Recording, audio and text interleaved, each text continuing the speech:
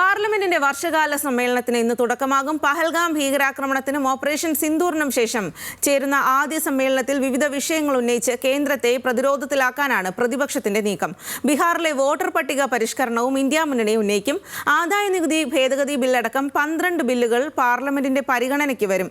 കേരളത്തിൽ നിന്നുള്ള സി സദാനന്ദൻ രാവിലെ 11 മണിക്ക് രാജ്യസഭാംഗമായി സത്യപ്രതിജ്ഞ ചെയ്യും. പെഹൽഗാം ഭീകരാക്രമണത്തിന് ശേഷം പാർലമെന്റിൽ ആദ്യമായി ഭരണപക്ഷവും പ്രതിപക്ഷവും നേർക്കുനേർ വരുന്ന സമ്മേളനമാണ് ഇന്ന് ആരംഭിക്കുന്നത്.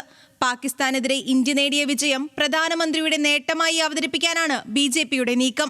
എന്നാൽ സംഘർഷം അവസാനിപ്പിക്കാൻ ഇടപെട്ടെന്ന അമേരിക്കൻ പ്രസിഡന്റ് ഡൊണാൾഡ് ട്രംപിന്റെ അവകാശവാദം പ്രധാനമന്ത്രി നേരിട്ട് വിശദീകരിക്കണമെന്ന നിലപാടിലാണ് പ്രതിപക്ഷം. ബീഹാർ വോട്ടർ പട്ടികയിലെ തീവ്ര പരിശോധന, വിദേശ നയത്തിലെ പാളിച്ച, അഹമ്മദാബാദ് വിമാന ദുരന്തം എന്നീ വിഷയങ്ങളും ചർച്ച ചെയ്യണമെന്നാണ് ഇന്ത്യ മുന്നണിയുടെ ആവശ്യം. ആദായനികുതി ഭേദഗതി നിയമം പരിശോധിക്കുന്നതിനായി രൂപീകരിച്ച സെലക്ട് കമ്മിറ്റി റിപ്പോർട്ട് ഇന്ന് ലോക്സഭയിൽ അവതരിപ്പിക്കും. ഫെബ്രുവരി 13 ലോക്സഭയിൽ അവതരിപ്പിച്ച പുതിയ ബിൽ സെലക്ട് കമ്മിറ്റിക്ക് വിടുകയായിരുന്നു. ഡൽഹി ഹൈക്കോടതി ജസ്റ്റിസ് യശ്വന്ത് വർമ്മയുടെ ഇംപീച്ച്മെന്റ് എല്ലാ കക്ഷികളും ഒന്നിച്ചു തീരുമാനിക്കേണ്ട വിഷയമാണെന്ന് കേന്ദ്രമന്ത്രി കിരൺ റിജിജു ഇന്നലെ അറിയിച്ചിരുന്നു. വിദ്വേഷ പ്രസംഗം നടത്തിയ ജസ്റ്റിസ് ശേഖർ യാദവിന്റെ ഇംപീച്ച്മെന്റും പരിഗണിക്കണമെന്നാണ് ഇന്ത്യ സഖ്യത്തിന്റെ ആവശ്യം. ഓഗസ്റ്റ് 21 വരെയാണ് സമ്മേളനം. നോമിനേറ്റഡ് അംഗമായി സി സദാനന്ദൻ രാവിലെ 11 മണിക്ക് സത്യപ്രതിജ്ഞ ചെയ്യും. National desk, news Malayalam.